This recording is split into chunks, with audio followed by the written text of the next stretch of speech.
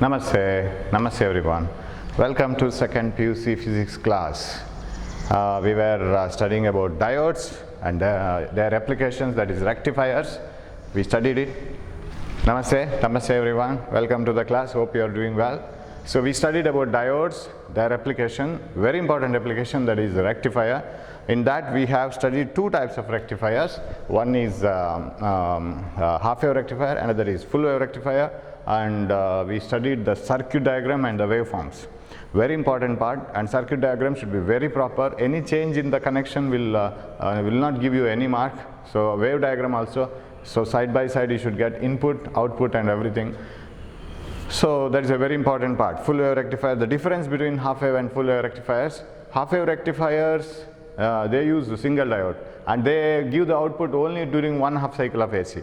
Output is a pulsating DC. Whereas in a full wave rectifier, we use center tap transformer. Whereas in half wave, we don't use center tap transformer. In full wave rectifier, the output, we use two diodes. The output is available for both the half cycles of input. For input half cycles, both the half cycles we get the output, and it has more efficiency. So it doesn't stop at the negative cycle, it gives output. So its efficiency is more. Okay, now some diodes are constructed with special purpose. We want a diode for especially for this purpose, and it has to work like this, and its application is like this. It should be like this. So with some specific purpose, some diodes are constructed, and we call them as special purpose diodes, right? There are many diodes like that.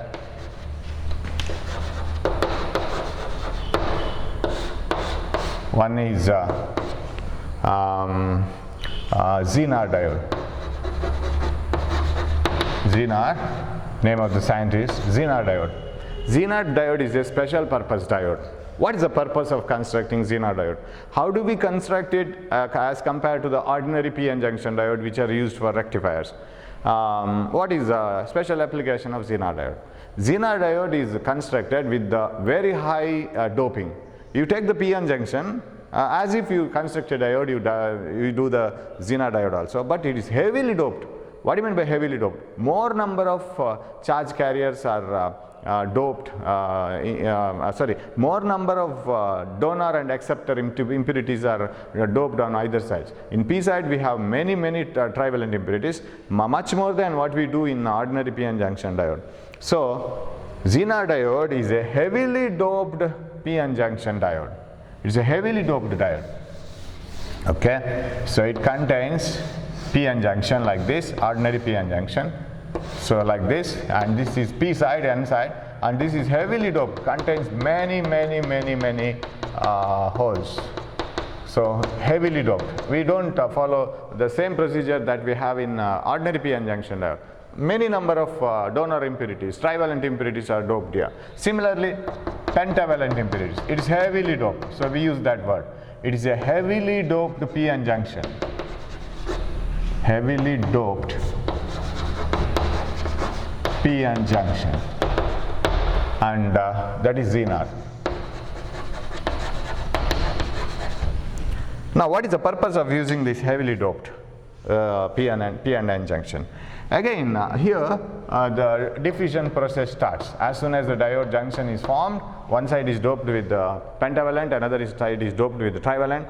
There is a diffusion of electrons and holes. Now my question is, if I put a small question like this, suppose a P region and N region are brought into contact. That means if they are developed in the same silicon base, one side P side, another N side. If they are doped ordinarily in an average way, what is the width of the depletion region obtained? And if they are doped very heavily, what is the width of the depletion region obtained? So when you dope it heavily, if we say the width of the depletion region will be more. If you dope it heavily, width of the depletion region is junction region is less. And if you dope it heavily, the width of the depletion region is same as if you dope it in a lighter way, or none of this, like this. If you dope it heavily, I don't know which answer you will be having in your mind. We will get lesser width of the depletion region. Width of the depletion region will be less, because it is very simple to answer like this. You may be having in your mind that these since it is heavily doped, more number of electrons and holes will cross the junction and width of the depletion region will be more. That is what usually our mind works, but it is not so. See, as the electrons and holes cross the junction, you know that one electron here, an electron which is not having the job of covalent bond or forming the bond between the neighboring atoms, which is not shared, which is called free electron, because this is pentavalent atom. Only 4 valence electrons are enough to form the bond. 5th one is free. So that free electron can move here, right, to the p region. When that electron moves to the p region, it can combine with the hole. Remember, when that electron comes to the p region, it gets more chances of combining with the holes, because there are more number of holes here, more number of vacant bonds, right? Bonds require some electrons. They are acceptor impurities. Boron atoms or trivalent atoms will be waiting for the electrons to complete the bond, because one bond is kept vacant. So such cases are found in plenty here. If you dope p and n regions in a moderate way, what happens? When an electron from here comes here, the chance of getting another vacant bond is less, because it is not doped heavily. Suppose it is doped heavily, the chance of getting vacant bonds is more. So electrons, as they come here, they get the vacant bonds or holes very quickly in this region. So within a small region itself, electrons will get more and more these holes. So what happens? You know that even in an ordinary p-n junction, as the electrons move from one region to another region, this side gets negatively charged, because these electrons will combine with these holes, and this boron atom or this trivalent atom is now having an extra electron, so which has been given by the other side pentavalent atom. So this is negative ion now, right? So this is negatively charged, you know this process. And whereas, since this electron is lost from this region, I'm differentiating p and n region like this. Since the electrons are lost from this region, this gets positively charged. So a potential difference is developed.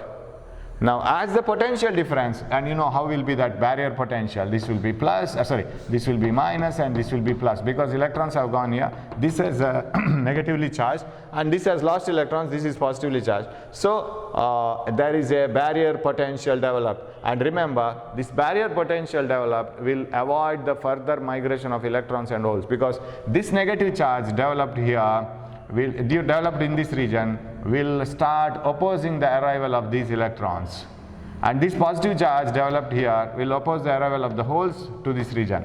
So next coming electrons and holes will find it difficult to cross the junction, because already migrated electrons and holes, diffused electrons and holes have created a positive and negative charge. That positive and negative charge will oppose. So as the time passes, the flow of electrons and holes, diffusion of electrons and holes comes to an end, because this barrier potential avoids it. Okay, because that barrier potential itself is developed because of the migration of electrons and holes. Further migration is avoided by this. Now my answer is, why the depletion region will be very thin if it is heavily doped. This barrier potential will be developed within a smaller region itself. Why? Because there is more density of electrons and holes within a region.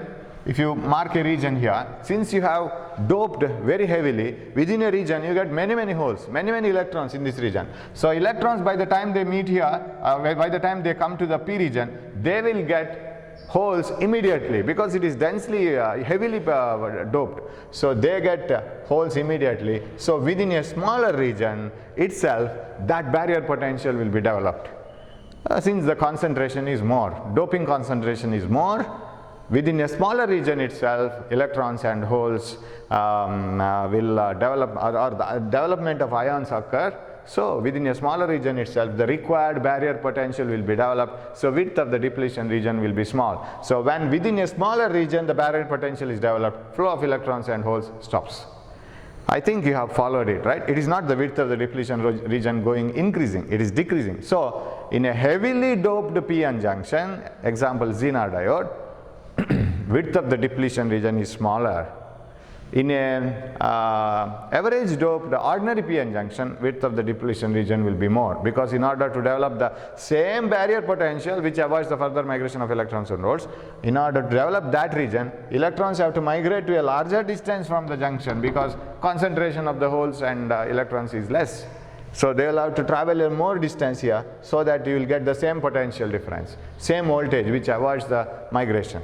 Okay, so Zener diode is a special purpose p-n junction diode with heavily doped p and n regions. Due to this heavily doping, the width of the depletion region is very small. And remember, when the width of the depletion region is very small, the electric field will be very, very strong. If you have not watched this electric field and potential chapter, I will just give you a connection here. What do you mean by electric field? See, suppose you have a positively charged metal plate. You take two aluminum plates like this. Charge this positively. How to charge this positively? Remove free electrons from this. It gets positively charged. Take, put those removed electrons here in this plate. That gets negatively charged. So if you have a positively charged metal plate and negatively charged another plate, metal plate, similar metal plate, and all the electrons have been removed and put here, so this got positively charged because it has lost one electron. Loss of one electron makes it positively charged, and they're negatively charged. In between these two plates, there is an electric field. That is a field like this, and we indicate it by the form of lines like this. This is called electric field. Electric field between two charges, or electric field around a charge. Around Earth we have gravitational field. You can indicate that gravitational field like this, like this, like this, because it attracts everything. This is the electric field between two metal plates which are charged. Now if you keep a proton or an electron here, for example, electron moves like this in between the plates, and because it can move in the electric field is actually the region where a positive charge can move. A positive charge can move from here to here. It moves in the electric field. Now, this strength of the electric field, and because of the positive and negative charge, we get a potential difference. We get a voltage between these two plates. If you take a voltmeter and connect it between the two plates, you will get a voltage. Now that is called potential difference. The ability of this plate and ability of this plate, that is compared, and that is called potential difference. Now the electric field is, suppose the distance between the plates is d, electric field is given by potential difference divided by distance. The strength of the electric field, how strong the electric field is, it is measured by the potential difference divided by the distance. I am roughly explaining this because I want to prove one sentence here. I want to make the one sentence very clear. So if you bring these plates closer and closer and closer with the same charge, strength of the electric field goes on increasing, but the potential difference doesn't change. The voltage difference between the two plates doesn't change. So as the plates are brought closer and closer, field strength goes on increasing. When you come back to this Zener diode, what happens? Electrons and holes will cross the junction. As they cross the junction, they get their friends immediately because it is heavily doped. Electrons will get holes immediately here, and they get ionized because the acceptor atoms get ionized because they have received one electron. So we have immobile ions here. So these are negative ions because these are the atoms which have lost one electron. So we have immobile ions at the junction, and these electrons and holes become immobile ions within a smaller region because there is a higher concentration of electrons and holes. So within a smaller region itself you get a barrier potential, whatever the potential required. And when the barrier potential is reached a certain value, the flow of electrons and holes stops because already these electrons which have arrived here will oppose the arrival of the next electron because this is negatively charged. Now, within a smaller region, smaller width, we have got the barrier potential. So what about the electric field here? Electric field is strong. So we get a strong electric field. Whereas in an ordinary diode, this electric field will not be very strong. Whatever the electric field we have here, it will not be very strong because we don't dope it so heavily. So electrons and holes will form the barrier potential within a larger region, because electrons will have to travel a larger distance to have the holes. So barrier potential will be developed within a larger width. When the width is larger, field will be very less. So you have to mention this sentence. What is a Zener diode? Zener diode is a special purpose diode constructed by heavily doped p and n regions. What is the use of heavily doping? Because of heavily doping, width of the depletion region will be smaller. Since width of the depletion region is smaller, the very strong electric field is developed in the junction. Okay, let it be. Now, because of this, we don't have any special characteristic during the forward bias. Forward bias characteristic of a Zener diode is very similar to the that ordinary diode, right? So it is like this. What is that characteristic? Up to some voltage, you don't get current, and after that you will get current increasing suddenly. So this is current and this is voltage, and this is called cut-in voltage, right? The voltage after which you get current suddenly, because this barrier potential avoids the further migration of electrons and holes. If you want further electrons and holes to migrate, what you have to do is you have to drive it by an external battery, what is called biasing, and this is called forward bias, right? Connecting the P region to the positive and N region to the negative of the battery is called forward bias, and this gives current after cut-in voltage, because electrons and holes, they can't cross the junction. They must be given energy which is more than this the energy which avoids them to move. That is in terms of potential, if I can say, barrier potential. Yeah, this voltage should cross the barrier potential. So this is cut-in voltage. Now, Zener diode is a special purpose diode which is always used in reverse bias. It is a special diode constructed only to work in a reverse bias. Reverse bias. Okay. Sir, why it is reverse bias? Because we have that purpose. See, we will see what is the special use in the reverse bias. You see, when a Zener diode is reverse bias, P side is connected to the negative of the battery and N side is connected to the positive of the battery, minus plus. It is in the reverse bias. Now, if you increase this voltage, you know that you shouldn't go in an ordinary diode. If the reverse bias is increased, only minority carriers will cross the junction. Why? Because for minority carriers, it is a forward bias, right? Minus, shall I use a different color? Minus, minus, plus. It is forward bias because minus is connected to minus, plus is connected to plus. So they cross the junction. They produce a very small current. And in an ordinary diode, if the voltage is too high, then the width of the depletion region will increase, and that will damage the diode after a voltage called breakdown voltage. Now, Zener diode is operated in the breakdown region, but not this breakdown. There is one more here. How it is done? We get, that is not this breakdown. Before that itself, we get a breakdown here. We get a high current. How it is so? Now, during reverse bias, since this electric field is very strong, when you reverse bias this, you get a very strong electric field. Because already we have created a junction within a smaller region, so we know that electric field E is V by D. As distance is smaller, electric field is stronger. We have put a reverse bias over this, and again this will add to the electric field. When the electric field is very strong, what happens is, you know, you have studied in that emission of electrons. In what way you can remove the electrons? There are different ways. You can supply energy in the form of light and remove the electrons. What is that called? That process is called photoelectric emission. And if you want to remove electrons, you can supply the energy in the form of heat. That is called thermionic emission. And you can supply the energy in the form of electric field. Do you remember that? Electric and magnetic field. That is called field emission. So electrons in the outermost energy level, they will be waiting for becoming free, because they are loosely bound to the nucleus. So if some energy, positive energy is supplied, they will absorb it and they will come out. They will become free. Now, either they will become free or they will come out of the metal. If the energy supplied is very much enough, they will come out of the metal. That is what you call photoelectric emission. Now, let us try to apply this electric field, whatever is developed. We have a very strong electric field, and moreover this is supporting it. You see, it is in the same polarity, right? So when a strong electric field is supplied to the junction, the junction electric field will be strong enough to remove the electrons from the host atoms. What are host atoms? Here, it is the P region, right? P region of the semiconductor, silicon atoms. From the silicon atoms, using this electric field, electrons will be removed. So of course same amount of holes will be created, because in a semiconductor, you know, when an electron leaves the valence band and goes to the conduction band, an equal number of holes are created.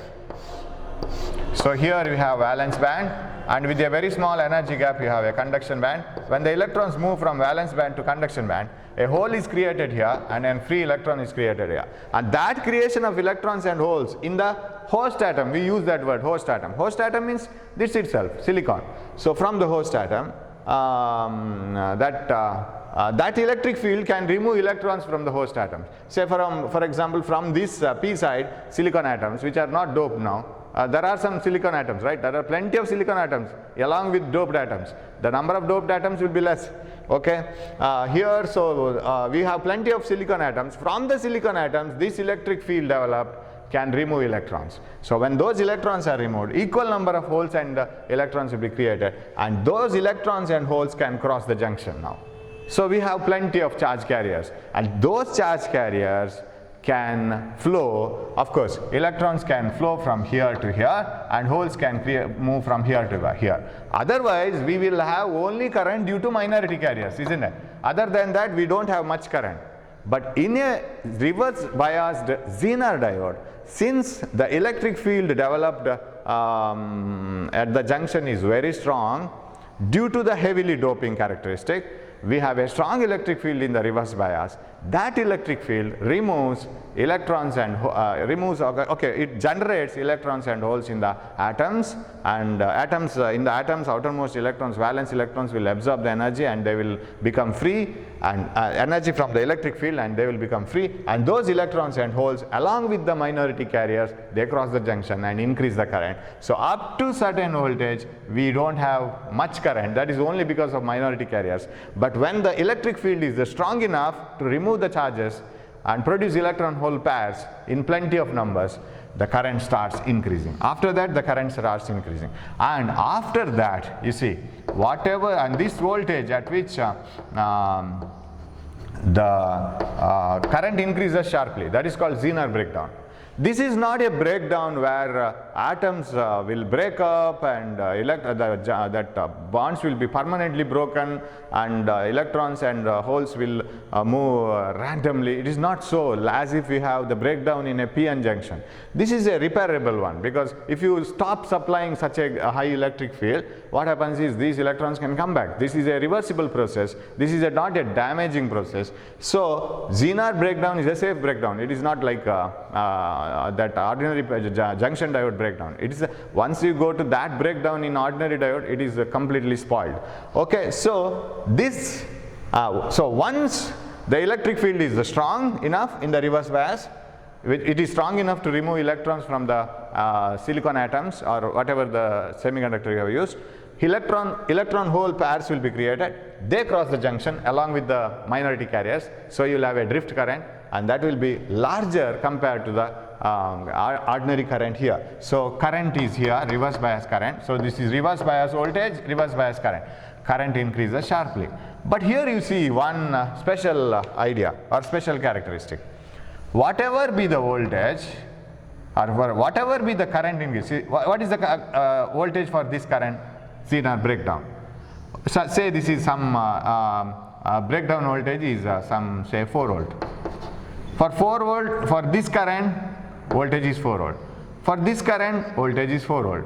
What about for any other current? Voltage is same, 4 volt. There is a very small change in the voltage for these currents, right? That means whether current increases sharply, voltage remains the same. For all these currents here, voltage is a constant, right? For all the currents here, voltage is a constant. So that is what is called regulator. What is a voltage regulator? This is the special application of Zener diode. What is a voltage regulator? Voltage regulator is a device, or it is a circuit which controls the output voltage and maintains it steadily, whatever be the variation in the input. In rainy seasons, or because of some reasons, there is an increase and decrease of current, input current, because of some reasons. But we need an output voltage which is a constant. Otherwise, the device for which that output voltage is connected will get spoiled. So we need a stabilizer. You call it as, in ordinary words, you call it as a stabilizer. We need a stabilizer which gives the constant output. Here you see, whatever be the current variation, you get a constant voltage. That is the application of Zener diode. So you may get questions like, what is a Zener diode? And of course, what is the symbol of Zener diode? We must have a different symbol, right? What is the symbol of Zener diode? So you have to write Z here, that's all. That's the only change. This is Zener diode symbol, P and N regions. What is a Zener diode? Zener diode is a special purpose heavily doped p-n junction diode. What is the use of heavily doped p-n junction? We get a very small depletion layer and a strong electric field in the region, right, in the junction. Since the depletion, width of the depletion region is small, the strength of the electric field is more. What is the application of Zener diode? Zener diode is used in voltage regulators. And in which region the Zener diode is always used? It is used in the breakdown region. How do you bias the Zener diode usually? Reverse bias. Of course, can't it be used in forward bias? Yes, possible, but its special application is in Zener reverse bias. So its application is voltage regulator, okay? So all simple questions, right? You may not have 5 marks question, 2 marks, 3 marks like this. And you may be asked to explain what is a Zener diode voltage regulator. This is only a rough explanation of Zener diode voltage regulator. Zener diode voltage regulator. This is not the actual full circuit. In the full circuit you have many things involved, but this is a rough explanation, Zener diode voltage regulator. What do you mean by voltage regulation? Irrespective of input variation, whatever be the increase in current, decrease in current at the input, we should get a steady voltage at the output. That output voltage shouldn't vary, even if the input current varies. So how to do that? So unregulated voltage is fed here. So say this is a series resistance. We will connect a resistance, and here the Zener diode should be put in the reverse bias, and you will come to know that it is in the reverse bias. This is the Zener diode, and here is the input, and we get the output here. This is the load resistance. What do you mean by load resistance? We had load resistance in rectifier also. The one which uses this steady voltage. You know that in the reverse bias of Zener diode characteristic, so voltage reverse minus voltage, P side is connected to the negative of the battery, and current is reverse. So initially the current will be only due to magnetic areas. Once you reach breakdown, Zener breakdown, ZB, you will get constant voltage but increasing current, right? Okay, now this is the unit or the device which uses that constant voltage. This is the voltage across Zener, right? This is voltage across Zener diode. So output is across Zener diode. So this is regulated output. What do you mean by regulated? Constant. Regulated output. This is unregulated input. Unregulated input here. So all these things should be clearly mentioned. So unregulated input is here and regulated output is here. Let a current flow here. Let this be the current which is varying continuously. But we don't want such a variable current to our sensitive device like a computer or fridge or anything that we use in our house. This current, if it flows directly to the instrument gets spoiled.